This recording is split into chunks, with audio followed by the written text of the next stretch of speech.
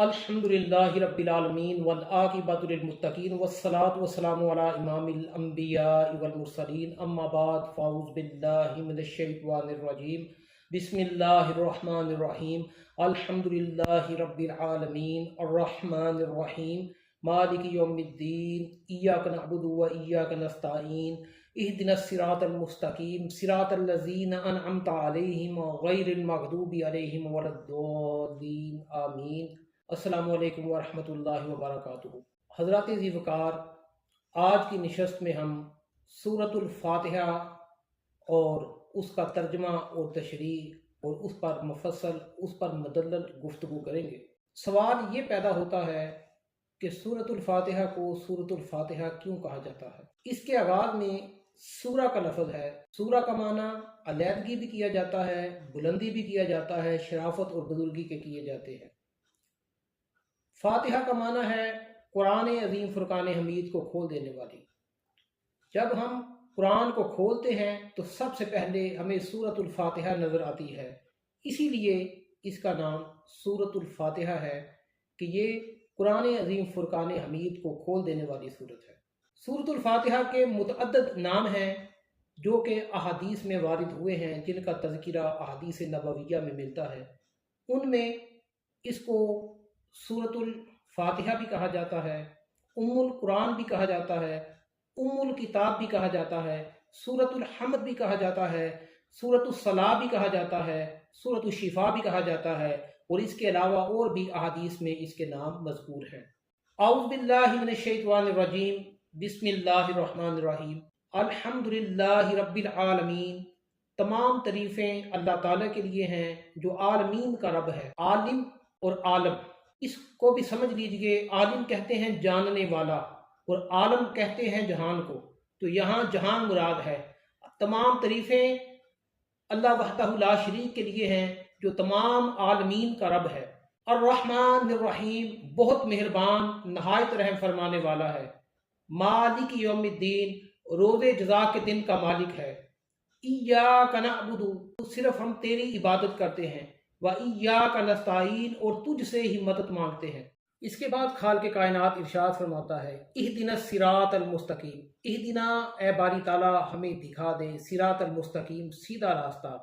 تو اللہ وحدہ لا شریک سے یہاں انسان دعا مانگ رہا ہے کہ باری تعالیٰ ہمیں سیدھا راستہ دکھا۔ قرآن ہمیں یہ تعلیم دے رہا ہے کہ ہر لمحہ جب بھی سورۃ الفاتحہ پڑھو، اللہ وحدہ لا شریک سے سیدھا راستہ طلب کرنا ہے۔ صراط الذین انعمت علیہم، ہمیں ان لوگوں کے راستے پر چلا جن پر تو نے انعام فرمایا۔ تو انعام یافتہ کون لوگ ہیں؟ اللہ وحدہ لا شریک کے نبیوں سے بڑے کوئی انعام یافتہ نہیں ہیں، اور اللہ تعالیٰ کے صدیق ہیں، صالحین ہیں، شہداء ہیں، ان سے بڑا اور کوئی نہیں ہے۔ اے کریم اللہ، ہمیں ان لوگوں کے راستے پر چلا جن پر تو نے انعام کیا ہے۔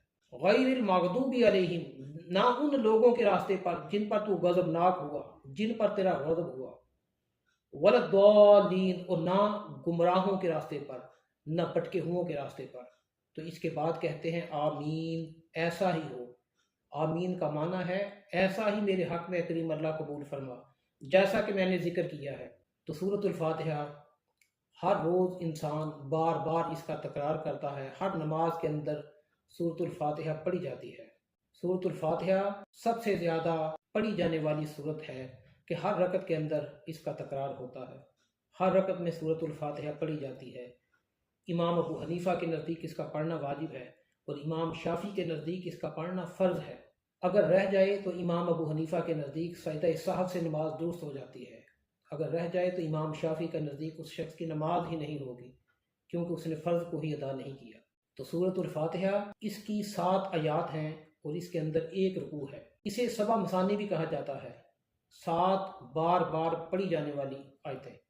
اور اللہ وحدہ لا شریک کے پیارے محبوب حضور اکرم صلی اللہ علیہ وآلہ وسلم نے اس کے فضائل بیان فرمائے ہیں۔ سورۃ الفاتحہ کے 2 حصے ہیں، ایک حصہ توحید پر دلالت کرتا ہے، اور دوسرا حصہ دعا پر دلالت کرتا ہے۔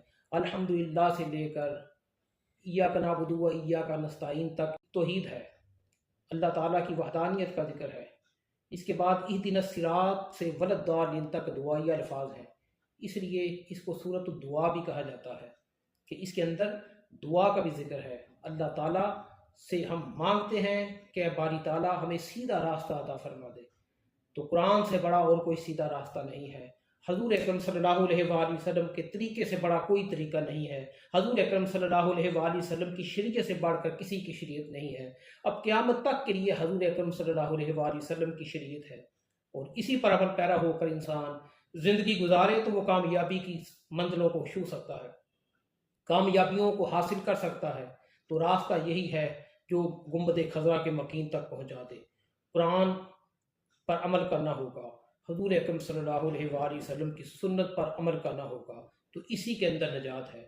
تو سورۃ الفاتحہ یہ ہمیں توحید کا بھی درس دیتی ہے، اور حضور اکرم صلی اللہ علیہ وآلہ وسلم کے ساتھ جو محبت ہونی چاہیے، جو راستہ انسانوں کو اختیار کرنا چاہیے، اس کا بھی ہمیں درس دیتی ہے۔ تو اللہ تعالیٰ سے دعا کرتا ہوں اللہ تعالیٰ قرآن کو سمجھنے کا فہم ہمیں نصیب فرمائے۔ وما علیہ الا البلاغ المبین۔